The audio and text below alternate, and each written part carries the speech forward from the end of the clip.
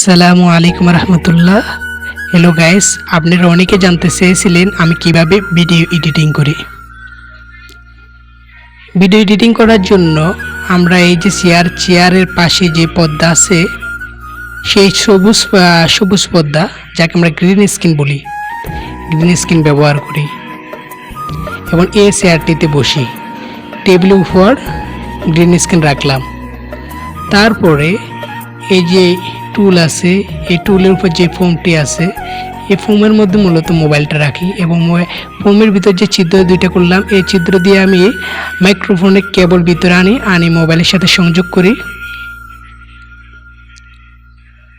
তারপরে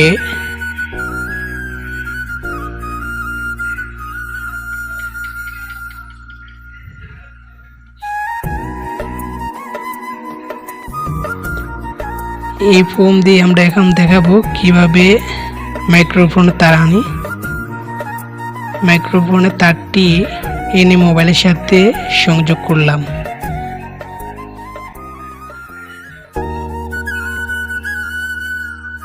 সংযোগ করার পরে মাইক্রোফোনটি টেবিলের উপর রাখলাম। এবার আমি এখন এই চেয়ারটিতে বসবো।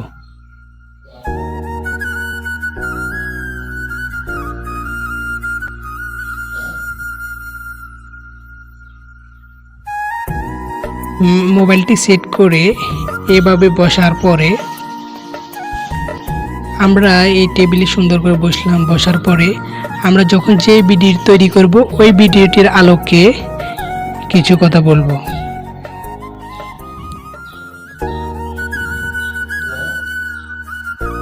তো আমি মূলত এইভাবে ভিডিও এডিটিং করি। ভিডিও এডিটিং করার জন্য আমি ইনশট ব্যবহার করি। আপনার চাইলে ইনশট, ক্যাপকাট বা ক্যানভা ব্যবহার করতে পারেন।